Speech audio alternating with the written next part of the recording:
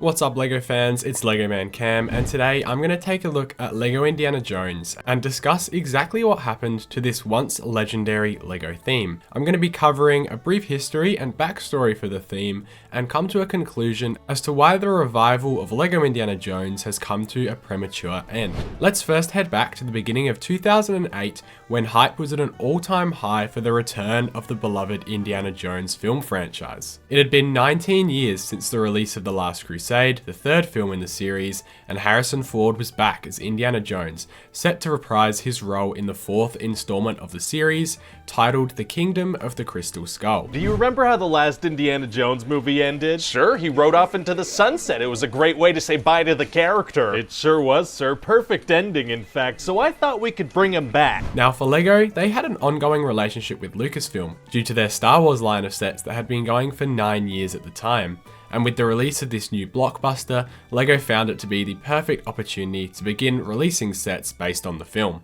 So in January of 2008, LEGO released 4 sets based on the original 3 movies as a lead into the new film. These sets were the motorcycle chase, the Lost Tomb, the race for the stolen treasure, and the temple escape. This was then followed by a larger 5-set wave released in May alongside the new film, and these were the Jungle Duel, the River Chase, the Jungle Cutter, Temple of the Crystal Skull, and Peril in Peru. The line continued into 2009 with 2 new sets for January, being the Shanghai Chase and Fight of the Flying Wing, and there was then a final wave released in June of 2009 with 5 more sets, those being the Ambush in Cairo, Chinchilla Cemetery Battle, Venice Canal Chase, the Fighter Plane Attack, and the Temple of Doom. With these 16 sets, that was the end of LEGO Indiana Jones. With the Kingdom of the Crystal Skull film being met with mixed reviews, this looked like the end of the theme forever. As time went by, many fans craved these sets more and more, leading to their aftermarket values skyrocketing. Take the Temple of Doom set for example. One that originally retailed for $90 was now becoming worth upwards of $500.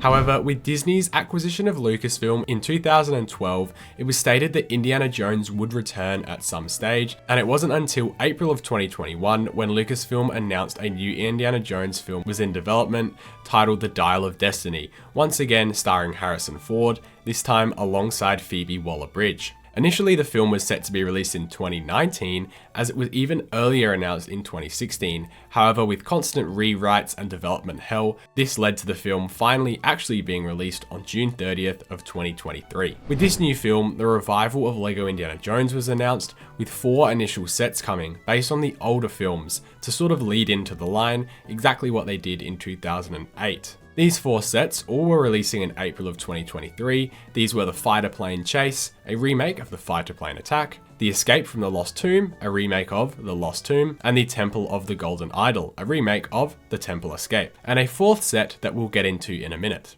Anyway, these 3 sets were all met with really high praise by fans, with great looking minifigures, new builds, and updated designs that all paid homage to the original sets. Fans were super excited to see what other older sets would be made, as well as which sets might be created from scenes from the new film. However, much to everyone's surprise, that was it. The Dial of Destiny released to once again mixed to negative reviews. She punches him and then he wakes up in his bed in the 60s in New York. Wait, so she punched him, carried his unconscious body onto a plane, back through time, probably onto another plane, to New York, to his apartment, into bed. It was a pretty good punch. And there were no rumors or leaks for any more upcoming LEGO Indiana Jones sets. Now I also mentioned 4 sets before and I only spoke about 3.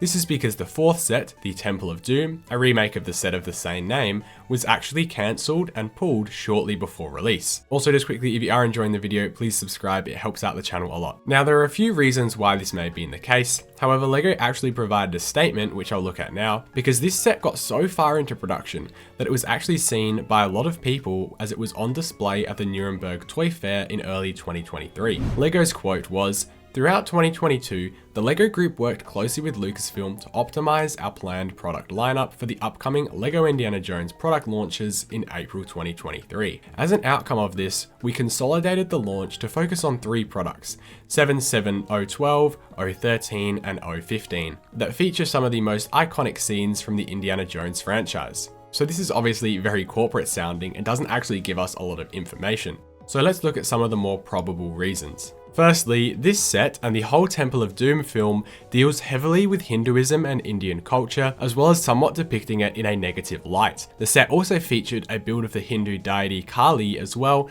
and as we know, LEGO tends to stay away from making religious references in sets. So the question is obviously, how did this set get so far in development and then just got cancelled? There have been similar instances to this before. Think about the Technic Osprey or the City Dynamite Factory, sets that get made, even advertised, but then pulled shortly before release, sometimes even making it onto store shelves. Looking at the set itself, it would have been great to get, as it is a classic scene from the movie. I do see the religious undertones, and it is an extremely sensitive subject. Now, as a quick side note, someone did actually make a 99% accurate rebrickable of this set, and I'll put the link down in the description if you want to take a look at it yourself. With all that being said though, what happened and why did the theme end so quickly? Firstly, The Dial of Destiny was a massive box office bomb, releasing at a strange time for cinemas and generating barely any buzz. It was really surprising to me though that LEGO still didn't make any sets of the film. Perhaps they were waiting to release the sets the following year and waiting to see if the initial run of sets and the film itself actually did well. Personally, I've managed to pick up both the fighter plane set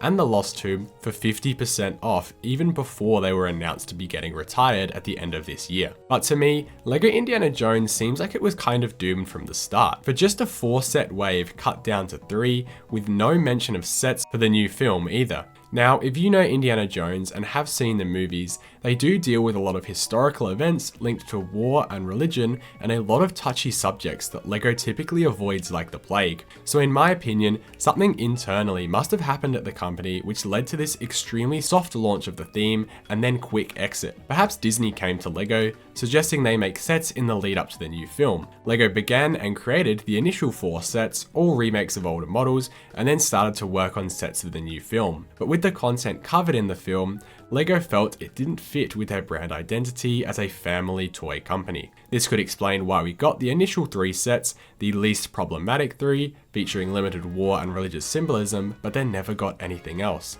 Maybe LEGO was obligated through their deal with Disney and Lucasfilm to provide a certain number of sets, and that's what happened. Overall, will there ever be any more Indiana Jones sets? I highly doubt it.